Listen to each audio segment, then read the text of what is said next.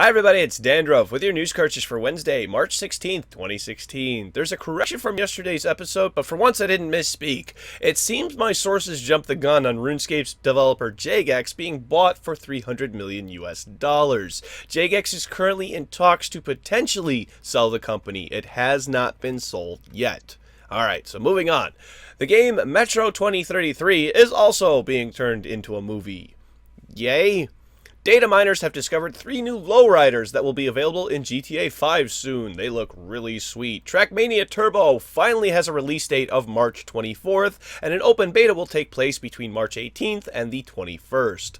This next news is sad because an artist who worked on Pokemon for a long time, Eric Madale, was killed on Sunday when a tree fell on his car. My sympathies go out to his family, and I'm sorry for your loss. Kingdom Rush is a game that hopes to give a StarCraft-like experience, but on mobile. That looks pretty good. There is a Bloodborne card game in development by Eric Lang, and another card game for Magica, which is being developed by a 10-year-old boy and his dad. There's a link to the Kickstarter below. They want $2,000 and have already gotten over $12,000. Needless to say, that's gonna happen. That game's gonna happen. The StarCraft spin-off I mentioned yesterday will not require the base game to play it, so that's pretty cool. And then The Division is currently the world record holder for new franchise with the largest concurrent users, with 1.2 million online. Holy cow! There is a huge story about the PSVR today, and if you stick around, everyone gets a free game today on News Cartridge.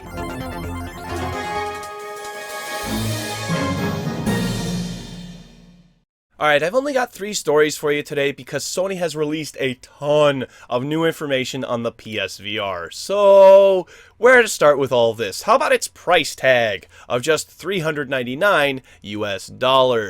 That equates to 549 Australian dollars, just under 45,000 yen, 349 British pounds, or 399 euros. I say just 400 bucks like it's cheap, right? Well, compared to the Oculus Rift, which is $600, and the Vive, which is twice the price, both of which you need a high-end gaming rig to run, yeah, PSVR is the affordable solution. Just like those headsets, you will still need to have a PS4 in order to run it, as well as the PlayStation camera, and the PlayStation Move controllers are recommended for a full VR experience. After it was announced, sales for the PS camera shot up over 1,000%.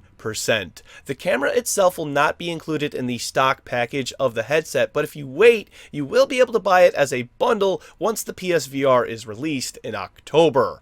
All in all, you're looking at spending around $900 US. If you're looking to pre-order one, then you should try, but be warned, it's probably sold out everywhere you look. Amazon UK reports to have sold out in under 10 minutes. Well then, what about games?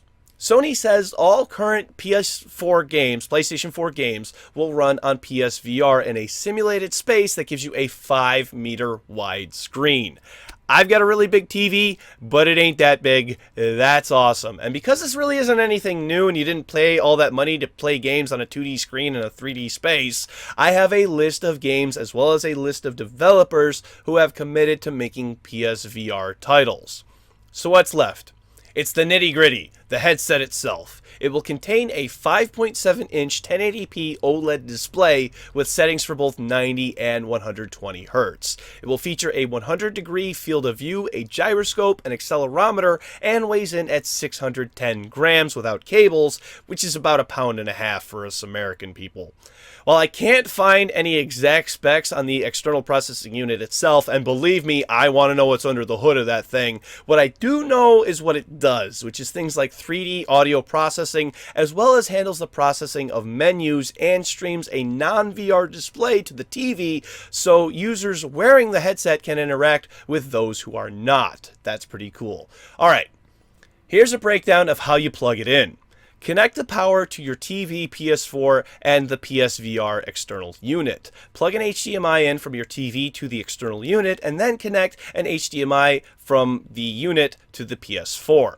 Connect the PS4 headset to the external unit with the 2 HDMI connectors. And finally, connect the PlayStation camera to your PS4 and make sure it's at a good angle to you.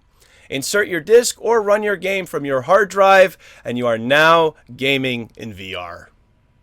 Sony, Sony, Sony. All we're going to talk about today is Sony. Sony has responded to all the buzz going around right now about cross-platform play between consoles and PC. They say that they have been supporting the idea of cross-platform play for 14 years now since the release of Final Fantasy XI. If this does happen, I will deem it the greatest console generation ever. And Rocket League will secure its place in history as the game that started it all. I am eagerly waiting to see how Nintendo responds. And finally, the reason you stuck around through the whole show, the free game. Bundle Stars, a website that I visit literally every week, is giving away Planetary Annihilation for free. It's a real-time strategy game that takes place on a sphere rather than a 2D plane, so there's nowhere to run.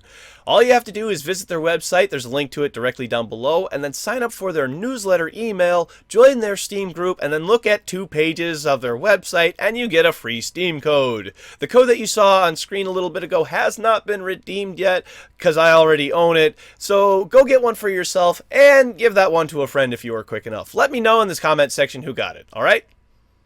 It's time for tomorrow's game releases for PC: Hidden Object 6-in-1 Bundle, Emporia, Realms of War and Magic, Void Raiders, Pharaoh Rebirth Plus, Victory and Glory, Napoleon, Chester, Tech Wars Online, Cosmic Leap, Royal Heroes, and Tiny Knight. For Nintendo Wii U, Mutant Mudds Super Challenge. Thank you very much, everybody. This has been News Cartridge. I am Dandruff. I will see you tomorrow. And when playing Stardew Valley, I found something brown and sticky. It was a stick.